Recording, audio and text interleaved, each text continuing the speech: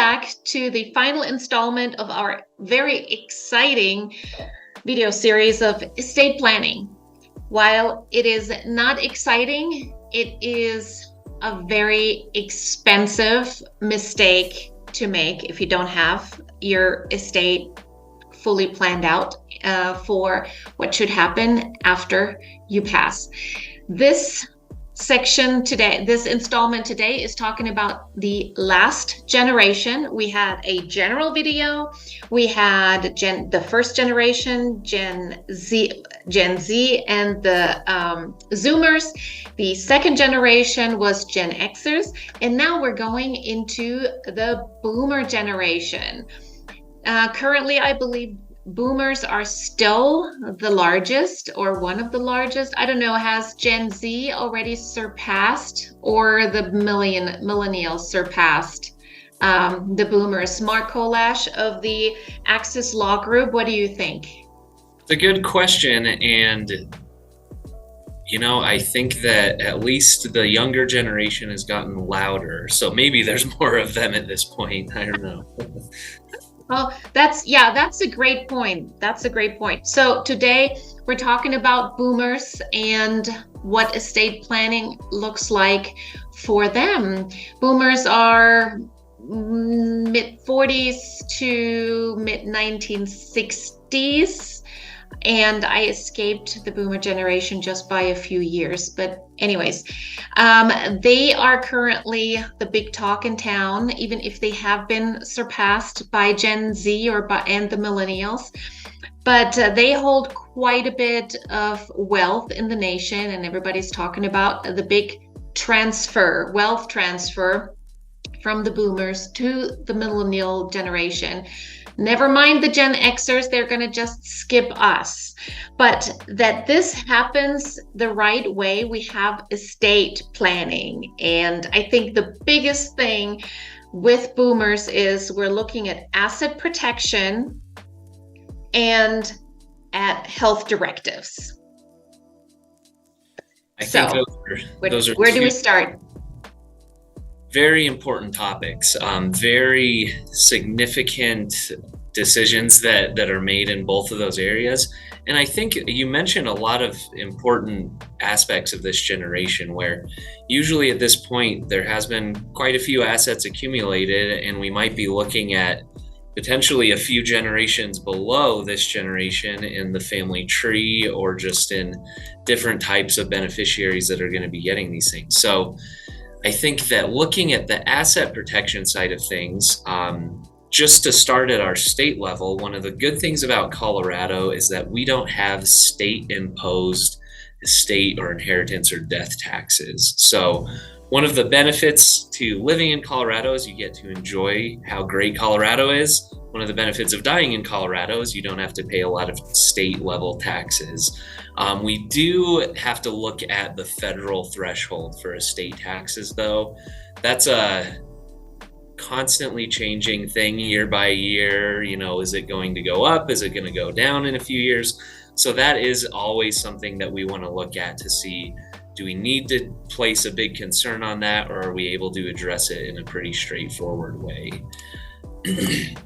Kind of hand in hand with that is a lot of people in this generation have accumulated different types of assets, like a business, or maybe a transfer of something like a business that they're wanting to organize. So we want to make sure that all of those kind of moving pieces are going into the correct place when we're distributing it in an estate plan. And one of the biggest reasons we want to make sure that happens is the law deals differently with different types of assets. If something's in my name, then it's going to be something we can just throw into a trust in a specific way. If it's something in a business's name, we're going to have to address that in a different way. So there are a lot of those moving pieces that at this point, if a person in this generation hasn't addressed it, we absolutely want to address it.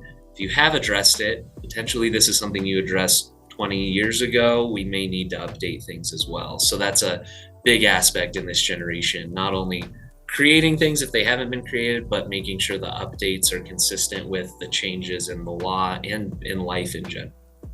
But I have a spouse, and my spouse is on every asset, on every account, on everything I have. So it's not going to be a problem, right? So, unfortunately, and this is where it starts to feel a little morbid, but unfortunately, when spouses are getting up into this generation, we're not necessarily going to be guaranteed that both spouses are going to have capacity for the long term. And spouses travel a lot together. I know my wife and I are usually in the car together, usually on a plane together going to vacation. So it's not that far fetched for spouses to pass at the same time. If we only have a spouse designated as a beneficiary, that's going to cause a lot of problems. So part of this process is not only getting the documents set, the documents updated, but it's also keeping track of, maybe my checking account is a jointly owned checking account with my spouse. We want to make sure that that has a beneficiary saying this account's going to my trust after I pass, something like that. All right. Well, so I do have kids, and I only have one child, and I just put that child on the deed of my house. So therefore, I don't even have to worry about that. And by the way, I'm just spitting out at you what I have heard before. And I think it's really important to mention it because I think a lot of people think exactly that. Absolutely. And I hear a lot of these same things consistently. One thing that you always have to be aware of is just putting someone on a deed isn't necessarily going to do what you think it's going to do. And even if it does accomplish part of your goal, it may be actually costing your kid a lot of money when they then take over ownership of the house. First concern we always bring up is if two people are on a deed, potentially your kid could evict you and boot you out of the house under the way the law sets things up. So that's not a good situation. But also, we want to make sure that we're able to pass generational wealth, that it's not a situation where your child is just taking over ownership. We want to make sure they're also inheriting the benefit that the law says they can get. And the biggest thing with houses, land, real property is a step up in basis.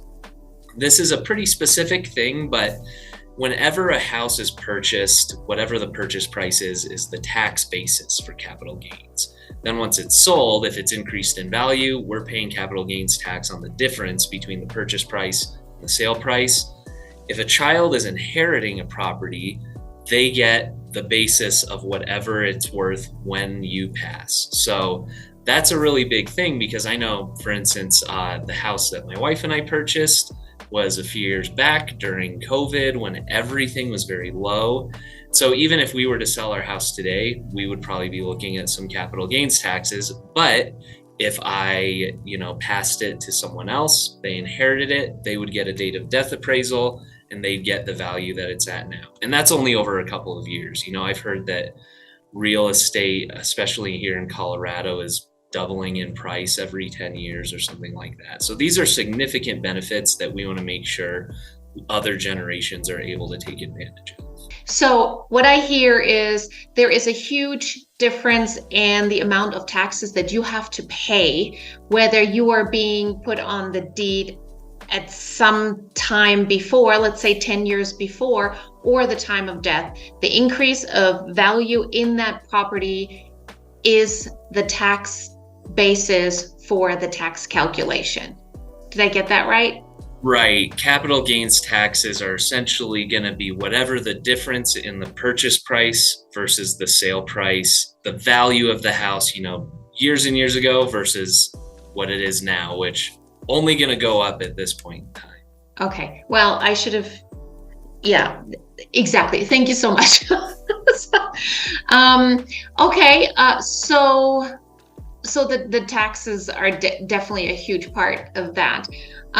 What other things do I need to consider when I do estate planning in that age? What else do you hear? Any kind of, can there be any kind of gifts before I pass? Is that helpful at all? Yeah, so that's another one of those concerns that we might be looking at if we are concerned about some tax taxation. Implication. Yeah, higher estate costs, because currently the IRS does have a limit on how much you can give in a gift to a single person per year. And here in 2023, it's set to $17,000. In the future, it may go up, may go down, who knows, depending on how they decide to manage things. But in certain situations, maybe it's going to be a better idea for certain assets to be gifted to avoid certain tax implications, or to also allow a beneficiary to maybe invest that in the way that they want, if it's going to work better for them now versus later. So sometimes we look at that, but in a lot of situations, certain estates aren't going to rise to that level. So we're not as concerned about gifting as far as a taxation concern goes, but maybe people just want to spend down their estate so that they're kind of hedging their bets, making sure that things are taken care of so that there aren't going to be fights or people contesting later on. Okay. How often should I review my estate plan? We typically recommend at least every 3 to 5 years looking through and making sure the people you've put in there are who you want to be in there, making sure that the right things are going to the right place. We don't necessarily have to change a whole document if you just purchase a new property or get rid of a bank account. But in a lot of situations, if you want something to be very specific in how it's directed to be distributed, it can be beneficial to just get a quick amendment.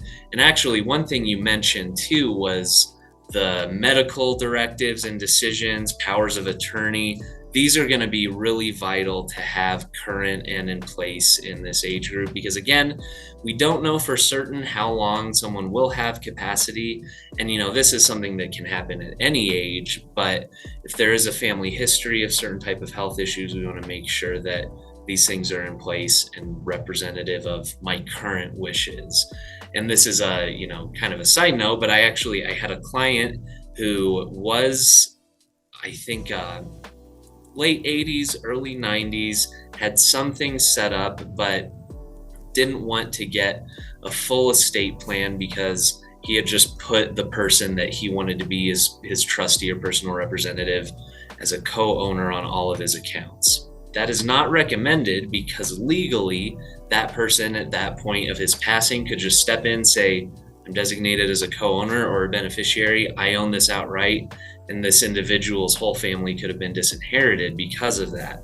So I think that's another reason why you should review these things fairly often, every 3 to 5 years, because sometimes the techniques that you were advised to take years ago or that were relevant before the law changed, they may not be relevant anymore. So we want to make sure you have the best case scenario set up. Okay. And you were mentioning, a spouse being incapacitated. So mentally, for example, dementia, Alzheimer's. When that happens, what should I do? When that happens with my spouse is on the trust, really can't sign anything anymore. What do I do?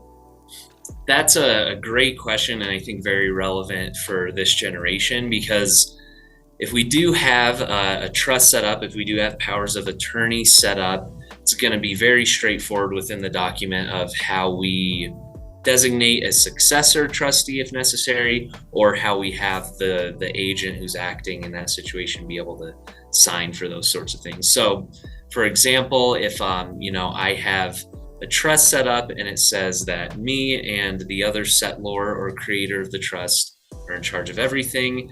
If I then, fall into a coma or do have one of those conditions that removes my capacity, the trust will say, upon a medical provider stating in writing that I don't have that capacity, these next steps will be taken. Depending on what you want for your trust, it can be the other settlor just steps in and is the sole trustee. Maybe in this situation, if I'm the only settlor, the successor trustee steps in. Their job is still going to be to make sure that my needs are taken care of. We don't distribute until I've passed. But there's a lot of fail safes that we put in there and a lot of important things to make sure that we are still able to distribute things when everyone is passed in the correct way. Okay. Yeah. Again, I know this is not necessarily something that people want to talk about, but I think the more assets you have, the more interested you should be that you don't pay more taxes than you should, that you're not making it more difficult on the people that are going to take over after you pass away, and that everything is pretty much laid out so your wishes are actually carried out after your passing. So thank you for that, Mark, for all the information. And I know that this is actually a subject we could have probably gone on for another couple hours, because I have tons of questions in regards to special needs trusts. What if you have multiple real estate, multiple rentals, different kinds of assets, and so on? But fortunately, you are giving a free review, a free consultation of 45 minutes or longer if necessary, just to kind of lay things out, get a good overview of what somebody needs. What should they do? Who should they contact? Absolutely. If anybody ever needs to just have us look at the plan they already have or wants to talk about getting something set, can always give us a call and we can get that set. Or you're even welcome to go onto our website, and we have a way to schedule directly on our calendar through our website too. And All we right. a lot of times with this generation are looking at older plans and how we can update them, but it's not uncommon, and you don't need to feel ashamed if you've never done anything like this, because there are plenty of people in that same boat. And nobody else but you will know about that. So it's all good. I will leave your contact information in the description. And if you are interested in watching the very first video where we just kind of have a general overview of estate planning, please check out the other videos. We have a link up here. And we have, of course, for the first, second generation as well, some links. And thank you for joining us. And thank you, Mark, for giving your expertise. Absolutely. Thanks for having me. All right.